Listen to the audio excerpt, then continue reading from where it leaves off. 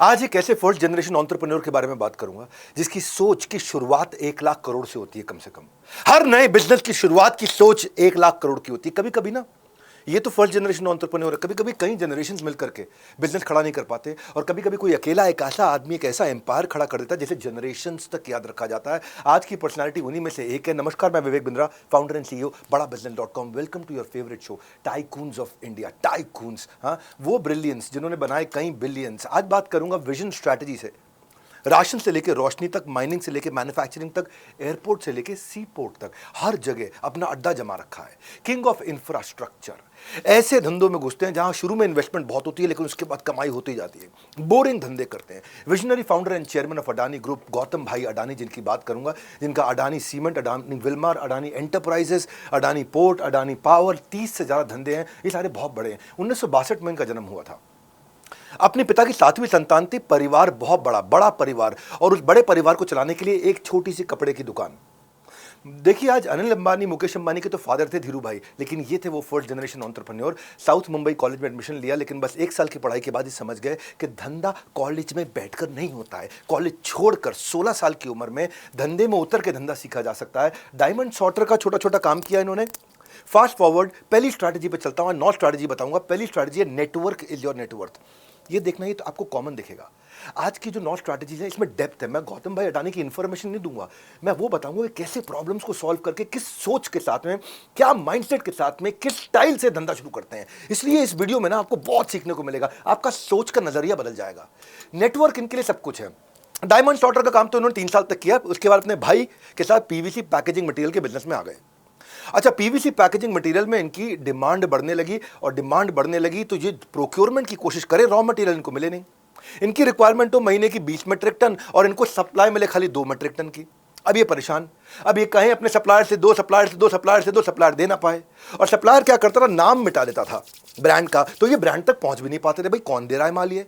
अब इन्होंने नेटवर्क बनाने का जो काम किया ना, जिससे इनको 2 मीट्रिक टन से 20 मीट्रिक टन पर पहुंचा। इसको समझो, गौतम भाई जो है ना, बिग सप्लायर्स को ढूंढने के लिए जब सोर्सिंग मार्क उनको नहीं मिला, वहां पे उनको ट्रेडमार्क मिल गया। सोर्सिंग मार्क तो छुपा देते थे, मिटा देते थे, ट्रेडमार्क नहीं मिटा पाया जो उनका सप्लायर था। वो ट्रेडमार्क को फॉलो करते करते करते ये एक्चुअल सप्लायर जो सबसे बड़े भारत के थे, जय शाह और जतिन कुटेचा, वहां तक पहुंच गए। ठप्पा जो था ना, उस ठप्पे से असली ठिकाने तक पहुंच गई है। अडानी का अपना गुजराती दिमाग उन्होंने इस्तेमाल किया, वहां पहुंचे, लेकिन जाकर के बातचीत नहीं करी। ये गुजराती ऐसे लोग हैं, ये ढोकला खाने के शौकीन तो होते हैं पर धोखा खाने के शौकीन नहीं होते। जे और जतिन फर्स्ट क्लास ट्रेन की टिकट लेकर के ट्रैवल किया करते थे रोज। और ये क्या करते थे, ये उनके आजू बाजू की टिकट लेकर चुपचाप उनको देखते रहते थे। क्या बात कर रहे हैं, क्या बात कर रहे हैं आपस में। दूर से उनको ऑब्जर्व करते थे, कुछ नहीं बोले। कई दिन तक उनके साथ ट्रैवल करते रहे, लेकिन उनसे बात नहीं किया। उनकी सारी बातें सुन के इनको समझ में आया ये बिजनेस की बातें करते हैं, ये समझते हैं मैक्रो एनवायरनमेंट क्या है, धंधे में क्या चेंज होने वाला है, और उनके साथ बैठ के उनके डायनामिक्स को सुना करते थे। एक मौका इनको मिला, इन्होंने अपना ज्ञान थोड़ा सा दिखाया। जे और जतिन बड़े इंप्रेस हो गए। जे एन जे दोनों का, यार तो बहुत बढ़िया बिजनेसमैन लग रहा है। दोस्ती बढ़ती गई। अब सबने कहा ये सबसे बड़ा सप्लायर है, ले लो उससे 20 मीट्रिक टन। बोला नहीं, सोने का अंडा देने वाली मुर्गी का पेट नहीं काटूंगा, एक बार में काम नहीं निकालूंगा, मुझे नेटवर्क बनाने दो इनके साथ। ऐसा नेटवर्क बनाया इन्होंने जय जतिन के साथ में। कभी ये उनको भोजन पे बुलाएं, कभी वो उनको भोजन पे बुलाएं। दोस्ती हो गई, आपस में बातचीत होने लगी। और फिर क्या हुआ, इन्होंने जब बातचीत ने बताया कि भाई मैं ये धंधा करता हूँ और मेरे को बहुत बड़ी सप्लाई की ज़रूरत है, तो जय जतिन ने क्या किया, इनको कोरियन सप्लायर से मिलवा दिया, जो कोरिया से, तब इन्होंने इंपोर्ट एक्सपोर्ट की इंट्रिकेसीज को पहली बार सीखा क्या होता है। ये पहुंच गए कोरिया, उसको बोले कि मेरे को 20 मीट्रिक टन माल दे दो। वो कहता है इतना छोटा ऑर्डर तो हम लेते ही नहीं भैया इतना छोटा ऑर्डर लेते ही नहीं हम। अब इसको सोचा कि 20 मीट्रिक टन इसको छोटा लग रहा है, इसने सोचा ठीक है ओके 200 मीट्रिक टन दो।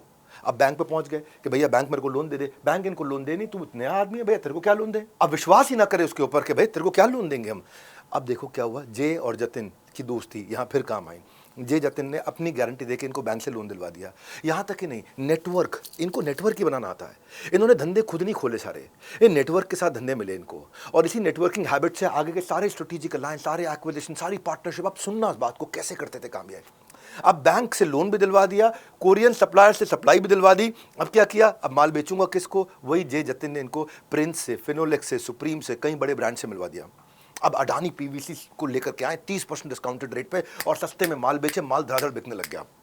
और ये थी कहानी, शुरुआत की कैसे गौतम अडानी से द गौतम भाई अडानी बन गए। वो अडानी का माइंड इतना शार्प था ना कि जय जतिन का नेटवर्क यूज करके उन्हीं को धंधे में पीछे छोड़ दिया। इसीलिए आपको बोल रहा हूं, ये टाइकून्स ऑफ इंडिया, आप आज सुनना मेरी बात को, इसकी पूरी प्लेलिस्ट है, सारे के सारे वीडियोस देखो। पिछला जो था जमशेदजी टाटा के इम्प्रोवाइजेशन ऑन इनोवेशन, या नारायण मूर्ति के लीडरशिप प्रिंसिपल्स, उनको भी देखना। अभी चलता हूं फास्ट फॉरवर्ड, दूसरी स्ट्रैटेजी एम्प्लीफिकेशन ऑफ नेटवर्क।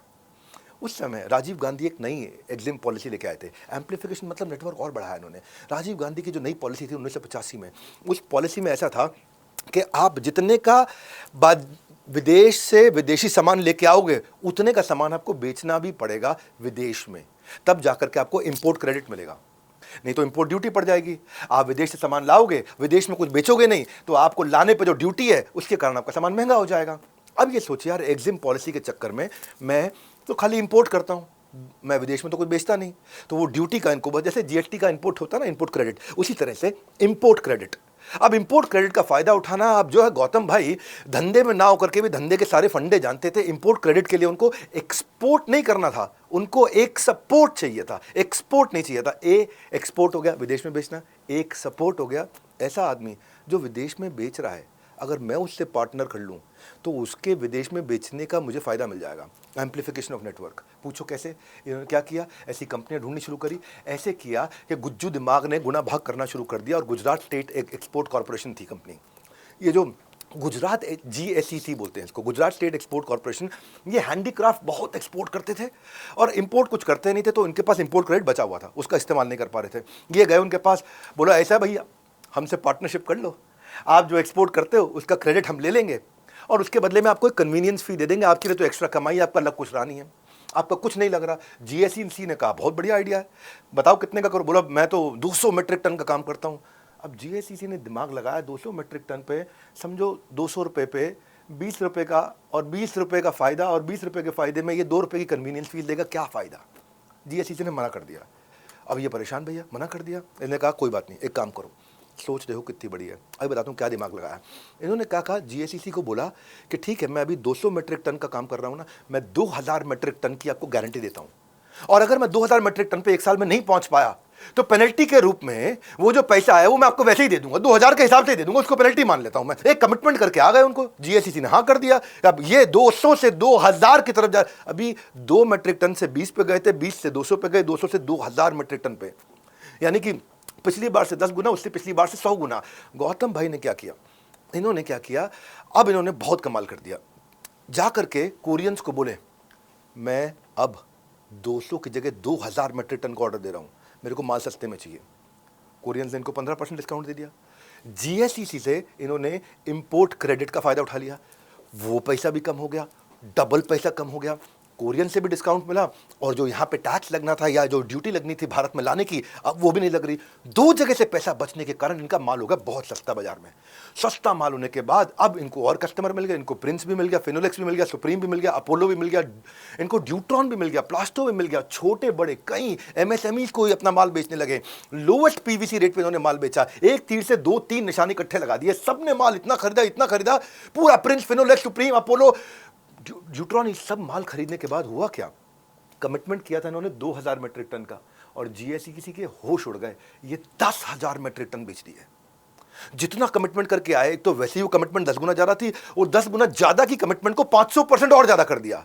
अब 1986 में गौतम भाई बेशक जड़ से शुरू नहीं करते धंधा, लेकिन जहां जुड़ जाते हैं वहां जादू कर देते हैं। इसको बोलते हैं एम्प्लीफिकेशन ऑफ नेटवर्क। अपने नेटवर्क को और बड़ा करते गए। ये ना काम के लोग ढूंढते रहे शुरू से, हमेशा हर धंधे में उन्होंने यही किया, काम का आदमी ढूंढो जिसके साथ आगे बढ़ता हूं। ये अपॉर्चुनिटी स्कैनर है, ये मेरी स्ट्रैटेजी नंबर 3। अपॉर्चुनिटी ढूंढते थे हर समय। PVC ट्रेडिंग में सब धंधा सुपरहिट हो गया। अब ऐसा क्या करें कि 2-3 लाख करोड़ का नया बड़ा बिजनेस बन जाए। अब कोई नया धंधा ढूंढ रहे। अब तक टीम बना चुके थे, है ना, अब टीम बना चुके थे, और टीम से उन्होंने बातचीत किया, तो टीम ने कहा सर ऐसा है, इंडिया और फॉरेन कंट्रीज के बीच में 90% ट्रेड, 90% इंपोर्ट या एक्सपोर्ट समुंदर से होता है। बोले हाँ सर, समुंदर को खरीद ले, समुंदर का किनारा खरीद लें, अगर इसमें घुस गए तो हमारा इंपोर्ट एक्सपोर्ट तो होगा, जिसका भी होगा उस पर पैसा खाएंगे। मोटा पैसा सुन के मोटा भाई की आंखें चमक गई। फिर कहता मोटा भाई हिसाब किताब जोड़ने में लग गए, गुना भाग किया। उन्होंने कैलकुलेट किया, यार 1 लाख करोड़ का धंधा तो बन जाएगा। सुनना किया कैसे? अब आप पूछोगे कैसे 1 लाख करोड़? 1 लाख करोड़ कैसे? मल्टीपल रेवेन्यू स्ट्रीम समझ में आ गई इनको। इन्होंने कहा पोर्ट अगर मेरा हो गया तो कार्गो जो आएगा जाएगा, उसकी लोडिंग होगी, अनलोडिंग होगी, किराया खाऊंगा। जो भी शिप आएगा, समुद्र आएगा, उसका सामान को स्टोर करना है, किराया खाऊंगा। कोई शॉर्ट टर्म होगा, कोई लॉन्ग टर्म होगा। पोर्ट में वेयर हाउस होगा, उसमें बर्थिंग अनबर्थिंग फीस होगी। बर्थ समझते हो, ट्रेन की बर्थ समझ लो आप, ट्रेन की बर्थ पर जाके बैठते हो, ऐसे ही समुद्री जहाज से कोई सामान आता है, वो बर्थ के ऊपर रखा जाता है, उसमें पैसा लूंगा, जब उतारा जाएगा उसमें पैसा लूंगा। हाँ? और क्या होगा, वैल्यू एडेड सर्विसेज में कमाऊंगा, कस्टम्स के साथ में, इंश्योरेंस के साथ में, लॉजिस्टिक्स के साथ में। अब इन्होंने सोचा इतना ही नहीं, कई शिपिंग कंपनी बहुत बड़ी है दुनिया की, इतनी बड़ी बड़ी कंपनियां हैं, उनके साथ लॉन्ग टर्म कॉन्ट्रैक्ट कर सकता हूं, वहां कमाऊंगा। आपको पता है दुनिया की सबसे बड़ी शिपिंग कंपनी जिसके समुद्री जहाज है वो है मर्क। मर्क के अलावा है मेडिटेरेनियन शिपिंग कंपनी, एक भारत की है the shipping corporation of India, सरकारी कंपनी, एक एसआर शिपिंग। ये सब कितनी सारी बड़ी बड़ी शिपिंग कंपनी, बोला इनसे लंबे कॉन्ट्रैक्ट होंगे तो लंबे समय तक आराम से स्टेबल रेवेन्यू आएगा, मतलब स्थिर होगा, रोज रोज गड्ढा नहीं खोदना पड़ेगा। तो ऐसा पोर्ट बनाते हैं। अब वहाँ पे बड़ी रियल एस्टेट की अपॉर्चुनिटी है, वहाँ वेयर हाउस होगा, वहाँ टर्मिनल होगा, वहाँ जेटी, जेटी समझते हैं हम, जैसे समुद्र में ना आगे एक पतला सा पगडंडी सी जारी होती है, जहाँ आकर के जहाज रुकता है और जेटी पे सामान उतरता है। बोला जेटी किराए पे चढ़ाऊंगा, वहाँ से रेवेन्यू लूंगा, और अपने खुद का भी तो फायदा होगा। मैं भी तो इंपोर्ट कर रहा हूँ, मेरा भी तो कमीशन का आउटफ्लो होता है जब मैं इंपोर्ट करता हूँ, तो वो पैसा भी बचेगा। और जितनी दुनिया भर की कंपनीज आएंगी मेरे यहाँ ऐसी जाएंगी, तो सबका किराया खाते रहूंगा। एक बार पोर्ट बनाऊंगा, किराया खाते रहूंगा, और सबसे दोस्ती भी करूंगा। इनमें कोई बड़े मिल गए, उनसे कोई नया धंधा भी कर लूंगा, ऐसा नया एक्सपोजर निकाल के लाऊंगा। अब तक टीम्स पूरी रिसर्च कर चुकी थी, 2 पोर्ट सरकार खोल रही थी, एक मुंद्रा एक कांडला। दिमाग देखो गुज्जू भाई का, इन्होंने कहा कांडला छोड़ दो, मुंद्रा पकड़ेंगे। और क्यों? क्योंकि मुंद्रा में ना जो समुद्र का पानी बहुत डीप है, जब डीप होगा पानी तो बड़ा जहाज आ सकता है। अगर पानी डीप नहीं होगा तो रेत में जहाज अटक जाएगा, आगे तक नहीं आ पाएगा, किनारे तक नहीं आ पाएगा। बोला और समुद्र का पानी वहाँ डीप है, उसको लो। और वो ट्रेड जो है ना यूरोप का और मिडिल ईस्ट का, उसके नज़दीक पड़ता है मुंद्रा, इसलिए कांडला छोड़ दो, मुंद्रा पकड़ लो। गुजरात के पास लॉन्गेस्ट कोस्ट लाइन है, सबसे लंबी कोस्ट लाइन है, 1600 किलोमीटर की। जितनी ज़्यादा जगह उतना पैसा छापेंगे, नोट छापेंगे। और यहाँ जो है इस तरफ मुंद्रा की तरफ टाइडल वेरिएशन जो होती है ना, क्या बोलते हैं, चक्रवर्ती तूफान जो आता है समुद्र के अंदर, बोला यहाँ बहुत कम होता है।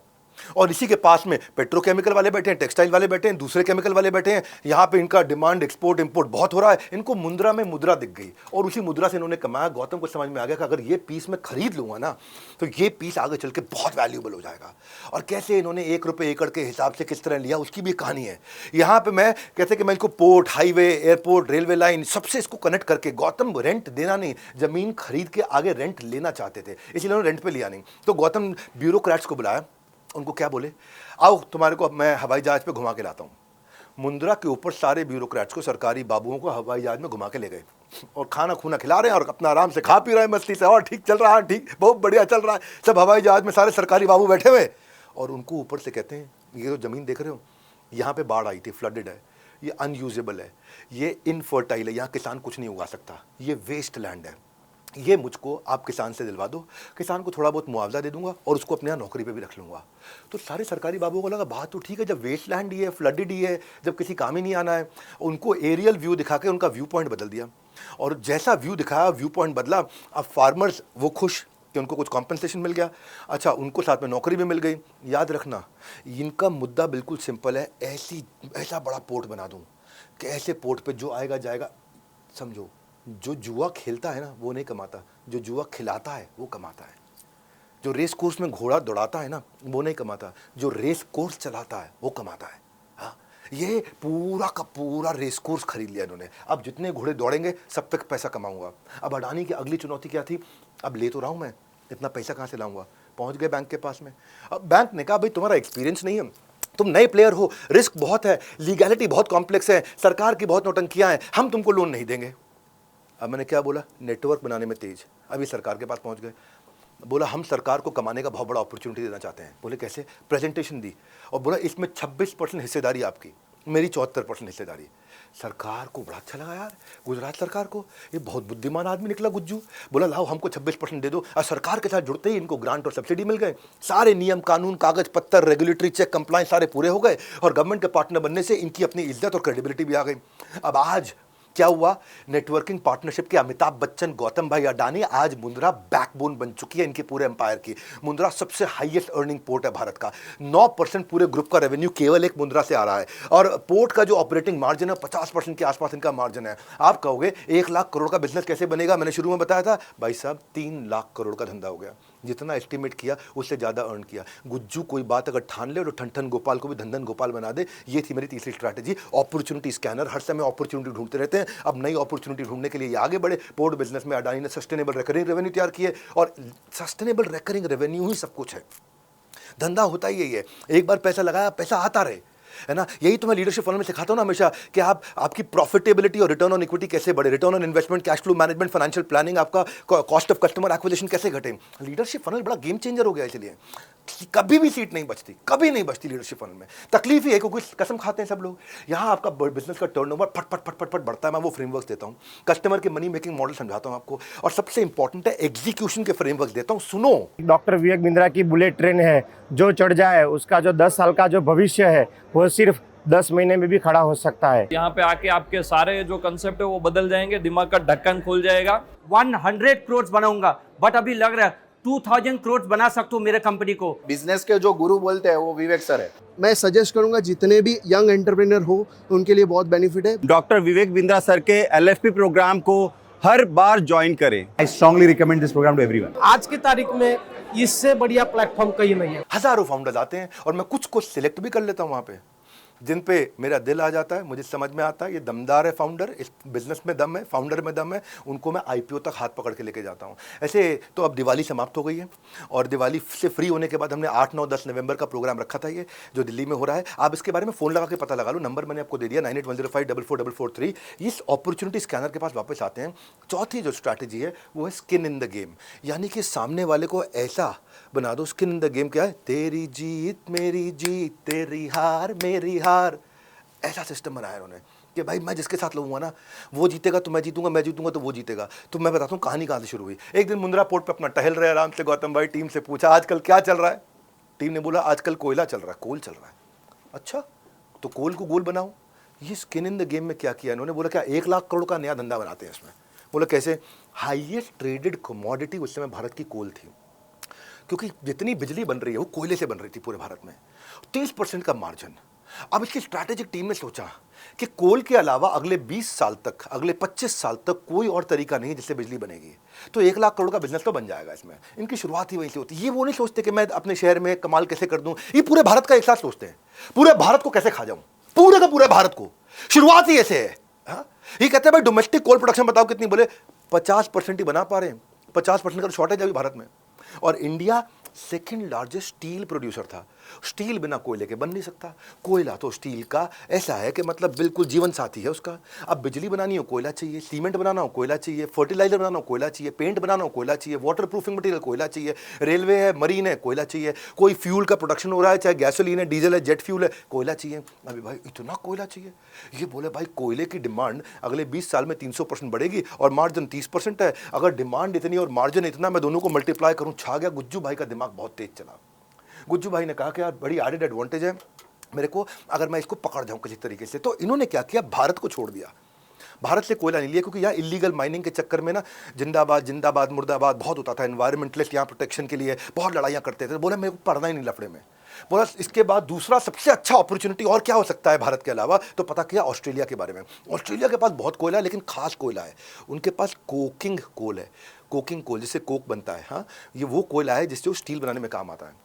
ये वो सख्त हो जाता है कोयला इसकी प्रोसेसिंग के बाद में। वो ये कोयला बड़े काम का है, बड़ा वैल्यूएबल कोयला है। अब स्किन इन द गेम में दिमाग क्या लगाया भाई, नेटवर्किंग का आदमी। इनको नेटवर्क चाहिए, पार्टनर बनाने। ऑस्ट्रेलिया पहुंच गए, वहाँ लोकल आदमी देखा जिसके पास सबसे बड़ी माइन है। ने उनको क्या बोला कि भाई एक काम करो, तुम रेगुलेटरी एडवांटेज सारी संभालो, तुम्हारी रीजनल एक्सपर्टीज है, तुम्हारे साथ मिलकर काम करते हैं। बोला मिलके क्या करते हैं, ले लो हम तुम्हें दे देते हैं खदान। बोले कितने की दोगे? बोला $1.5 बिलियन की दूंगा। $1.5 बिलियन ये समझ के ज़्यादा है।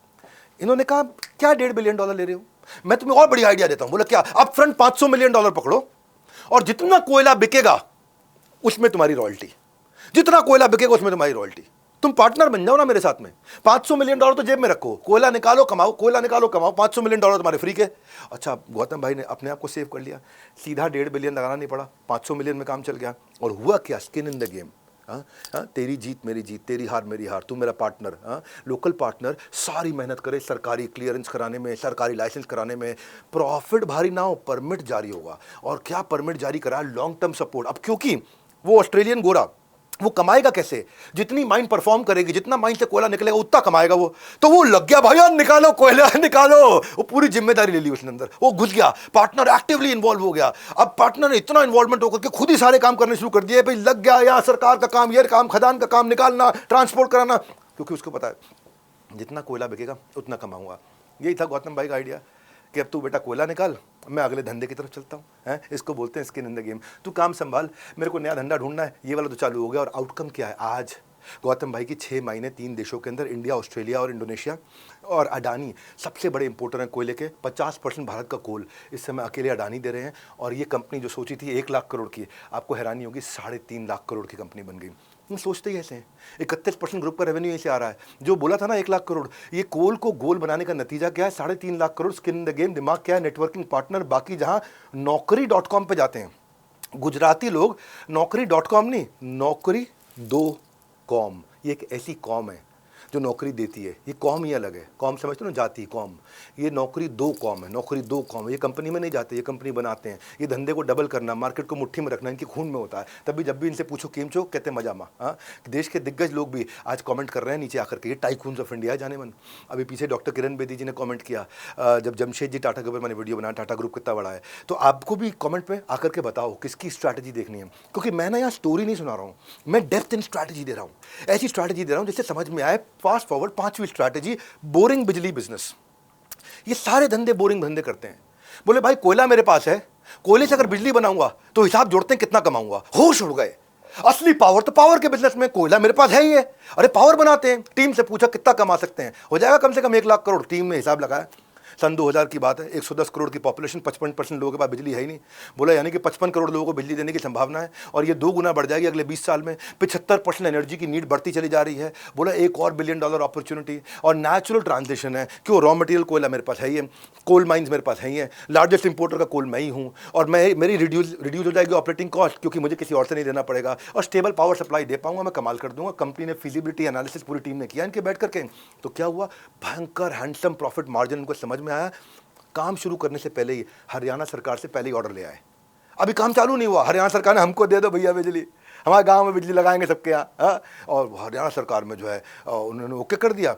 अब भाई ने देखा कि मुंद्रा स्पेशल इकोनॉमिक जोन में तो मैं कर ही दूंगा, हरियाणा सरकार का ऑर्डर मिल गया। अब टेक्नोलॉजी का एक चैलेंज कि मुझे यहाँ से गुजरात से हरियाणा बिजली भेजनी है, कैसे भेजूंगा? कोई ईमेल पे तो भेजूंगा नहीं, कोई कोरियर तो कर नहीं दूंगा। अडानी को टेक्नोलॉजी एक्सपर्ट्स की पूरी टीम लगाई कि मैं सस्ते में बिजली कैसे पहुंचाऊं। तो 2 तरह से होता है, एक तो होता है एसी ट्रांसमिशन जो कि ऑल्टरनेट करंट ट्रांसमिशन, एक है HVDC ट्रांसमिशन। अब जो एसी है वो ना क्या है, उसकी वोल्टेज कंट्रोलेबिलिटी कम होती है, ज़्यादा जो है ना बड़े इलेक्ट्रिक टावर चाहिए उसको सप्लाई करने के लिए, और ज़्यादा से ज़्यादा 600 किलोमीटर तक उसकी बिजली जाएगी। तो लाइन की कॉस्ट भी बहुत हाई है, बिजली भी दूर तक नहीं जाएगी, पैसा भी ज़्यादा लग रहा है और स्टेबल भी नहीं है।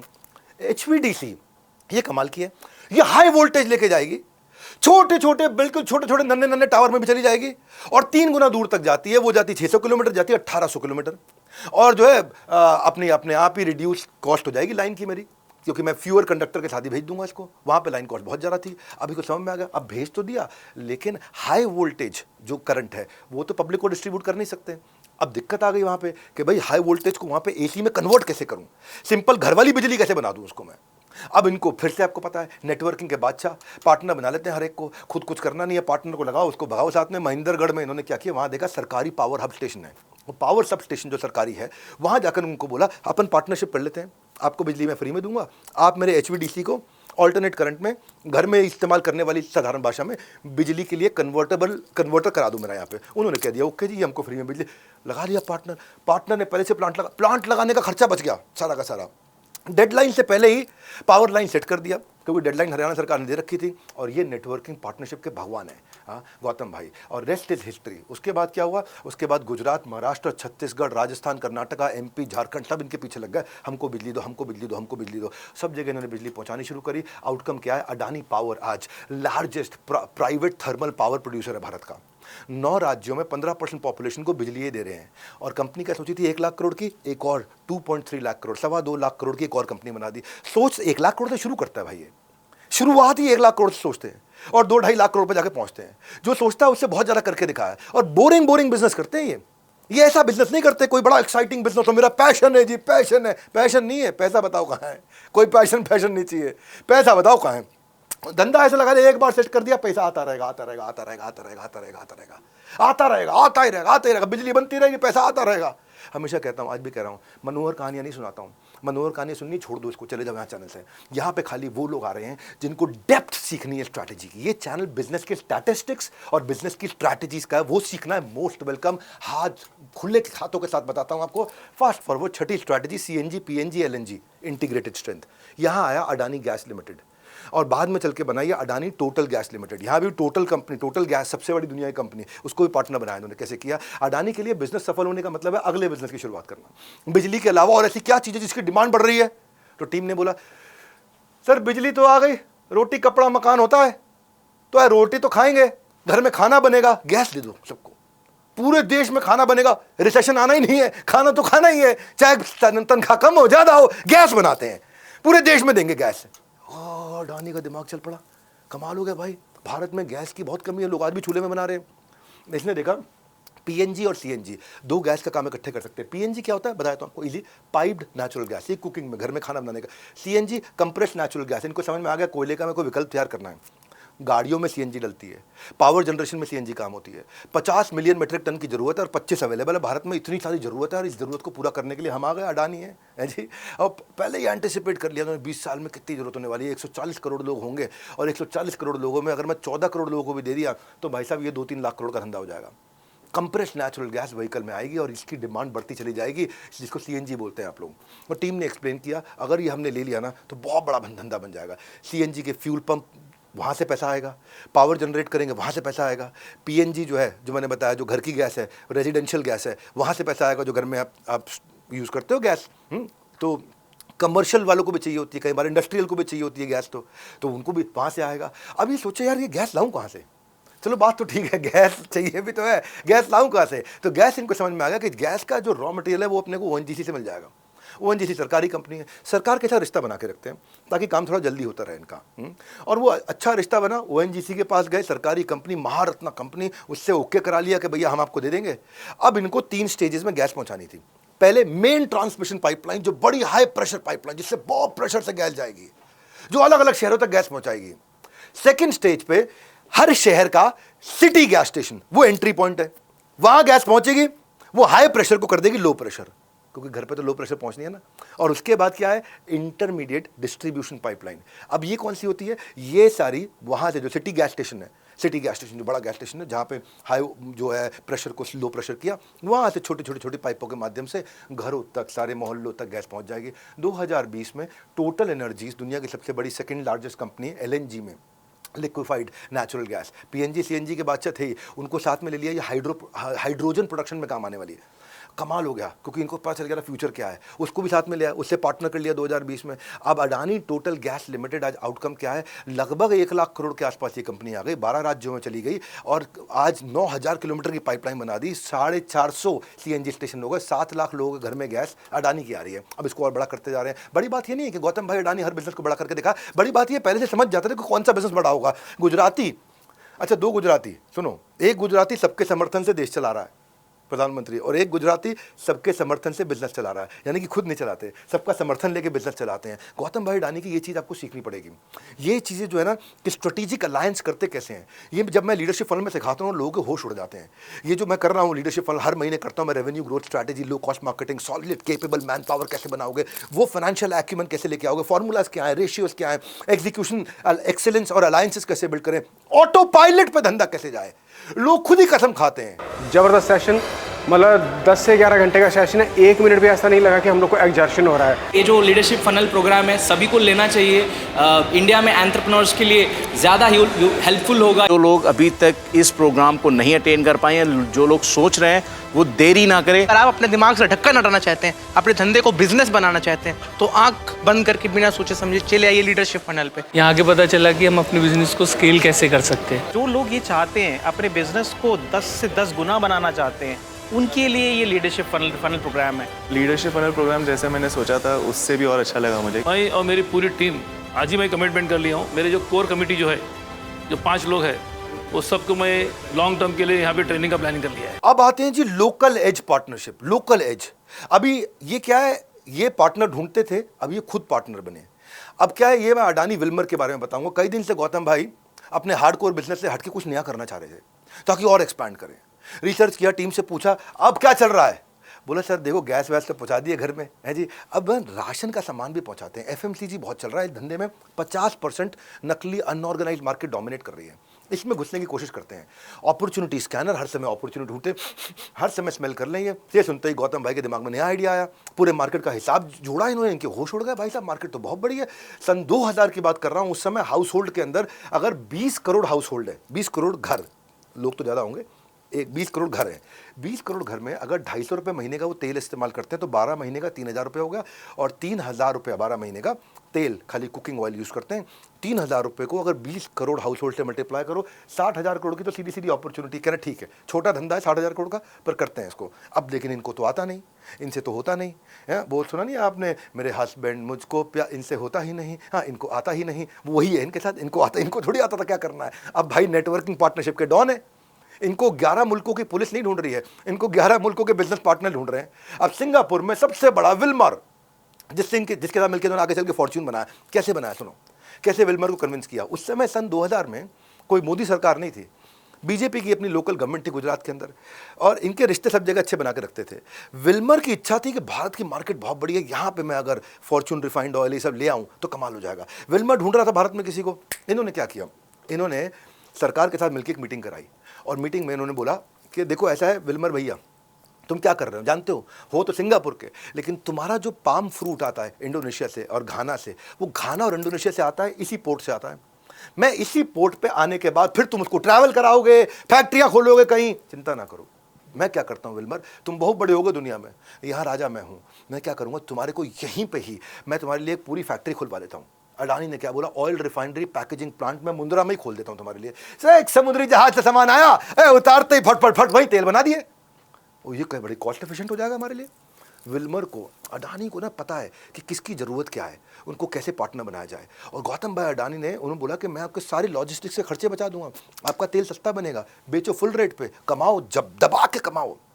और साथ में यहाँ जो रेगुलेटरी चीज़ें हैं, जो नियम कानून कायदे कागज़ पत्तर हैं, वो सब मैं सरकार से बात करके जल्दी करा दूंगा। सरकार के लोग अच्छे हैं हमारे यहाँ पे, मेरी बात सुन लेते हैं। उन्होंने कहा अरे ये भी फ़ायदा हो गया।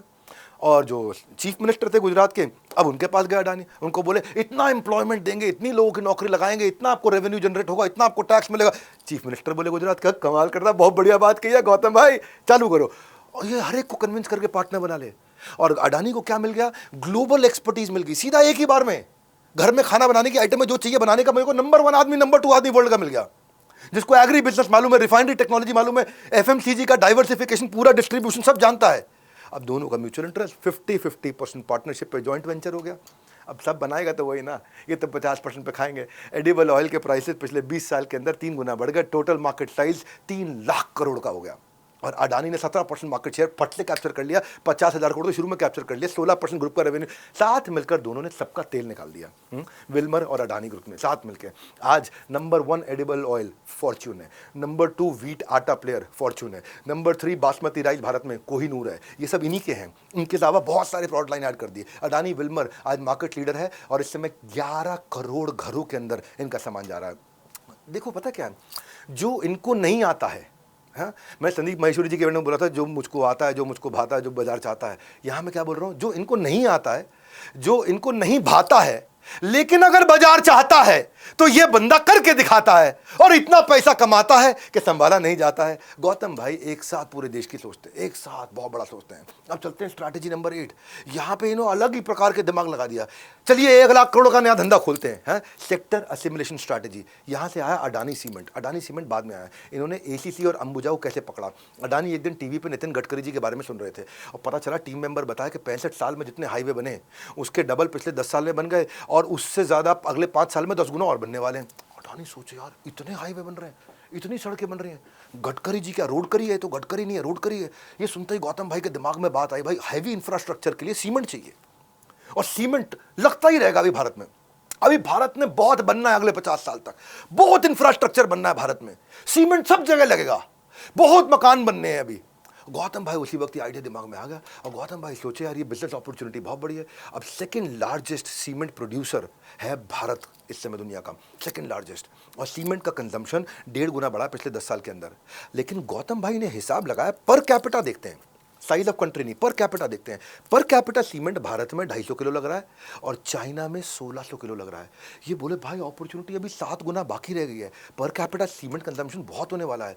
फिर इन्होंने कहा कि देखो धंधा मिलेगा कहाँ से। तब इनको पता लगा प्रधानमंत्री आवास योजना चल रही है, स्मार्ट सिटी मिशन चल रहे हैं यहाँ पे, Atal mission of rejuvenation and urban transformation चल रहा है, सरकारी नेशनल इंफ्रास्ट्रक्चर प्रोजेक्ट चल रहा है, भारत माला परियोजना पूरी सड़कों हाईवे बनाने का चल रहा है। सरकार जो है 11,11,111 करोड़ रुपया, यानी कि 11.25 लाख करोड़ रुपया, लगभग 11 लाख करोड़ रुपया खर्च कर रही है इंफ्रास्ट्रक्चर पे। बोला मुझे सीमेंट चाहिए, सब जगह चाहिए। अच्छा, सीमेंट वाले अपने नेक्सस बना के रखे, नए आदमी नहीं घुसने देंगे, नए आदमी नहीं घुसने देंगे। अच्छा, इनकी तो आदत है नहीं, खुद से धंधा खोलने की आदत है ही नहीं गौतम भाई की। मैं बहुत डेप्थ देता हूँ स्ट्रैटेजी की, बहुत डिटेल में। कोई नहीं देगा आपको ऐसा वीडियो कहीं पे भी, मैं आपको चुनौती देता हूँ। ये केवल टाइकून्स ऑफ इंडिया में मिल रहा है, इतनी डेप्थ में जाता हूँ मैं इसमें। अब वहाँ इतना नेक्सस चल रहा है, इनको सीमेंट में कोई घुसने ना दे। अब एस्टैब्लिश प्लेयर है, अल्ट्राटेक बहुत बड़ा, अंबुजा बहुत बड़ा, ACC बहुत बड़ा, जिंदल जो है ना, JSW बहुत बड़ा। अभी मैं कैसे घुसूँ उसमें और कोई मिल नहीं रहा, अब मैं किसी को खरीदूँ, कैसे खरीदूँ? तब ये अपना लगे रहे ढूंढने में लगे रहे। तो होलसेम नाम की एक कंपनी थी जो कि स्वीडन की थी और वो सबसे बड़ा सीमेंट मैन्युफैक्चरर था इंडिया में, ACC और अंबुजा के साथ में मिलकर के। उसको उन्होंने समझाया तू स्वीडन जाके आराम कर, स्वीडन में वादियाँ बहुत सुंदर है, ऐसा कर, तेरे जितने शेयर है ना वो मेरे को दे दे। बातचीत किया, बोला चलो हम ओपन बिड करते हैं। वो माना नहीं आसानी से। तो अब अल्ट्राटेक और JSW को भी पता चल गई बात है, जिंदल को भी और अल्ट्राटेक को भी, वो हम खरीदेंगे अंबुजा और ACC के सारे शेयर हम खरीदेंगे। वो लग गए अपना, वो बहुत मोटी बिड दी। अडानी ने उस बिड के लिए ओवर पे कर दिया। क्यों ओवर पे किया? सारी टीम ने मना किया, सर ज्यादा पैसे दे रहे हो। बोला दूंगा। बोले सर क्यों दोगे? बात सुनो, ये दोनों है ना मिलकर के ACC और अंबुजा, इनके पास 10,500 एम्प्लॉइज हैं, 50,000 चैनल पार्टनर जहां का सीमेंट बिक रहा है, 80 प्लांट मैन्युफैक्चरिंग के हैं जो रेडी मिक्स कंक्रीट बना रहे हैं दोनों के साथ मिलकर, 23 सीमेंट के और 14 ग्राइंडिंग प्लांट हैं। भाई साहब ये बहुत बड़ा है। ये कमाई आज टेंशन मत लो, 88,000 करोड़ रुपए दिया गौतम भाई अडानी ने इन दोनों को खरीदने के लिए, और बोले 1-1 रुपया वसूल कर लूंगा। अभी भारत में बहुत सीमेंट लगने वाला है। लार्जेस्ट सबसे बड़ी ट्रांजैक्शन हुई थी उस समय भारत के अंदर, इंडिया इंफ्रास्ट्रक्चर मटेरियल स्पेसिस के अंदर, और ये मूव ने इनको भारत का दूसरा सबसे बड़ा प्लेयर बना दिया। इन्होंने क्या किया, अंबुजा के 63% ले लिए, ACC के 56% ले लिए, अपने बेटे को बिठा दिया, बेटा सीमेंट का धंधा बहुत बड़ा होगा, तू खुद बैठ। इनका बेटा खुद बैठ गया और सीमेंट के शेयर इस समय इनके ग्रुप रेवेन्यू में 11% है। अभी कुछ समय पहले इन्होंने ले लिया और आज ऑलरेडी ये 1.5 लाख करोड़ की कंपनी बन चुकी है। धंधा चाहे जो भी हो, अडानी ना उसमें धन सूंघ लेते हैं, हर धंधे में धन सूंघ लेते हैं अपने बिजनेस फंडामेंटल से। न्यू प्लेयर, वो न्यू प्लेयर से दी ओनली प्लेयर बन जाते हैं। कहने को न्यू प्लेयर आए, दी ओनली प्लेयर बन जाते हैं। इतना बड़ा काम करके देखते हैं। इनका सोच ही अलग है। टीम से पूछा, टीम ने कहा ऐसा है सर, देखो मेरी बात सुनो कि अडानी सर ऑटोमोबाइल में भी घुसते हैं, गाड़ियां बनाते हैं। इंडिया की ना मार्केट इस समय 4th लार्जेस्ट मार्केट ऑटोमोटिव की, गाड़ियों की मार्केट, और डबल हो जाएगी अगले 7 सालों में। अभी भी भारत में लोगों ने गाड़ियां खरीदी नहीं है, खरीदेंगे। यहाँ बहुत बड़ी अपॉर्चुनिटी है। हाँ, और सीमेंट की तरह ये भी मार्केट कॉम्पिटिटिव है। मारुति के पास 45%, हुंडई के पास 15%, टाटा के पास 15%, महिंद्रा के पास 15%। हम घुसते हैं, अडानी कार बनाते हैं, अडानी कार। गौतम भाई अडानी मुस्कुराए, बोले भैया कार की टेक्नोलॉजी बार बार बदल रही है, सीमेंट तो हमेशा वही रहेगा, सीमेंट तो वैसे ही रहेगा। कार गाड़ियाँ इस समय बदल रही हैं, और बदल क्यों रही हैं? क्योंकि इस समय ये अनाउंसमेंट लगातार हो रही हैं कि हमारे को कार्बन फ्री चाहिए, तो पेट्रोल डीजल जाएगा, इंजन बदलेंगे, सब बदलेंगे। इस समय कई नियम कानून में बदलाव आएंगे। जब ये स्थिर हो जाएगी ना मार्केट, तब घुसेंगे इसमें। जब बेटर और स्टेबल टेक्नोलॉजी आ जाएगी तब घुसेंगे। सीमेंट तो सेम चलना है। फास्ट फॉरवर्ड, नौवीं स्ट्रैटेजी, वैल्यू बेस्ड बिडिंग।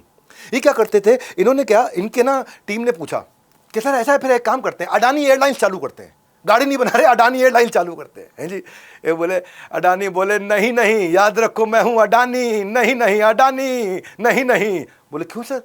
भैया लोएस्ट प्रॉफिट मार्जिन है एयरलाइंस में, 2.5% का मार्जिन है, बड़ा कैपिटल इंटेंसिव है, तो वापस पैसा आके घूमते घूमते बहुत टाइम लग जाएगा। और मार्केट वॉलेटाइल रहती है तेल की, कभी तेल महंगा, कभी तेल सस्ता, कभी महंगा, और ज़्यादा तेल महंगा हो गया ना तो पूरा तेल निकल जाएगा अपना। ऑपरेटिंग कॉस्ट वैसे ही बहुत ज़्यादा है, कॉम्पिटिटिव प्राइसिंग है, टिकटों में कमाई है नहीं। इंडिगो के अलावा कोई चल ही नहीं पाया, क्यों घुसे रिस्की काम में? अडानी ने कहा हवाई जहाज में 1 लाख करोड़ का धंधा तो नहीं दिख रहा मुझे, लेकिन हवाई जहाज जहाँ उड़ रहा है वो ले लेते हैं, जितने उड़ेंगे और लैंड करेंगे सबसे किराया वसूलेंगे।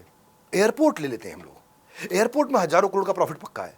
क्योंकि इंडिया जो है ना वो तीसरी सबसे बड़ी डोमेस्टिक एयर पैसेंजर मार्केट है यूएस और चाइना के बाद।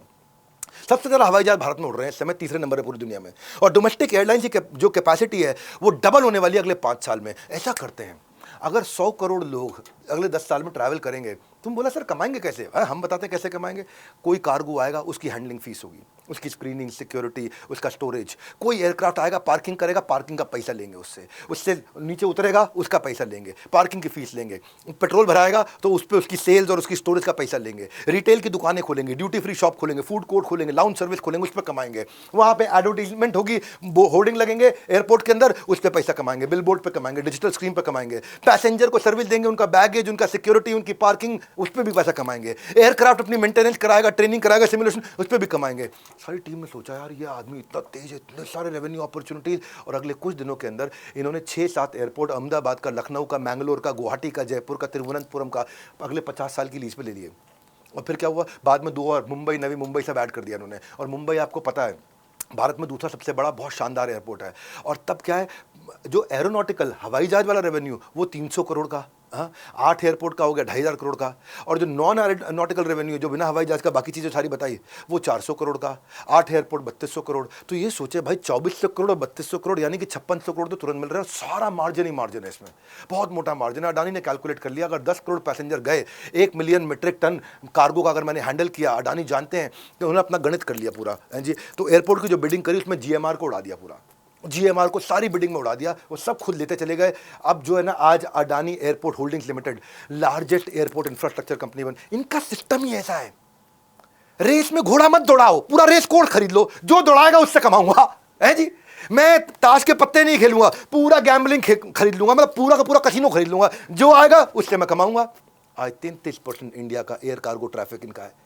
आज 9 करोड़ पैसेंजर इनके साथ उड़ रहे हैं। आज 65 एयरलाइन कंपनी इनको किराया दे रही हैं। आज प्रॉफिटेबल रेवेन्यू, मोटा प्रॉफिटेबल रेवेन्यू 6,000 करोड़ का बना लिया उन्होंने। समझा अडानी को तूफानी क्यों कहते हैं? बिना हवाई जहाज आसमान में कैसे उड़ाए, अपने एयरपोर्ट के बिजनेस को आसमान तक पहुंचा दिया उन्होंने। हवाई जहाज नहीं उड़ाया, बिजनेस उड़ा दिया। और अभी पिछले साल वो शॉर्ट सेलर कंपनी, पागल बिल्कुल, हिंडनबर्ग, दिमाग से बुद्धि से पैदल, और मैं हमारे देश में लोग उनके अगेंस्ट हो गए थे। उनके बचाव में जब मैं खुल के आया, लोगों ने मेरे को ट्रोल किया था, लेकिन तभी मैंने बता दिया था। आज 70% का शेयर प्राइस गिरा है, पर इनके जो एक्सपर्ट्स ने, कुछ ने तो अडानी की शोक सभा लगा दी थी, पर मैंने जवाब में बोला था, और 1 साल बाद ठीक वही हुआ जो मैंने उस समय बोला था। स्ट्रॉन्ग एसेट बेस है, 2.25 लाख करोड़ के इनके कर्जे के अंदर 1.5 लाख करोड़ तो उनका सिक्योर्ड है, और डेट कवरेज रेशियो बहुत अच्छा है। ये डेट को आसानी से कवर कर सकते हैं। और जितनी रेवेन्यू स्ट्रीम्स हैं, जहां जहां से पैसा आ रहा है वो स्टेबल है, आराम से आ रहा है। क्लीन चिट दी सेबी ने इस रिपोर्ट के अगेंस्ट। मई 2024 में अडानी ग्रुप का टोटल मार्केट कैप फिर से $215 बिलियन पार कर गया। उस इंसिडेंट के बाद सबसे ऊपर चला गया। कमाल है भाई, लोग ना एडवेंचर्स होते हैं, ये एडवेंचर होते हैं। एडवेंचर मतलब नया नया वेंचर ऐड करो, एक और वेंचर ले आओ, एक और ले आओ। अभी भी बैठे होंगे इस समय, जब आप वीडियो देख रहे हो आज संडे के दिन, ये इस समय बैठ के बात कर रहे होंगे, आओ भैया बैठे 2 लाख करोड़ का नया धंधा बताओ। इनका एडवेंचर, लोग क्या करें, एडवेंचर। मेरे यहाँ पे एक लड़का इवेंट मैनेजमेंट में, कि मैं पूछा कहाँ गया छुट्टी पे, बोला सर पहाड़ पे चढ़ने गया था। मैंने कहा क्या किया, बोला पहाड़ पे चढ़ा।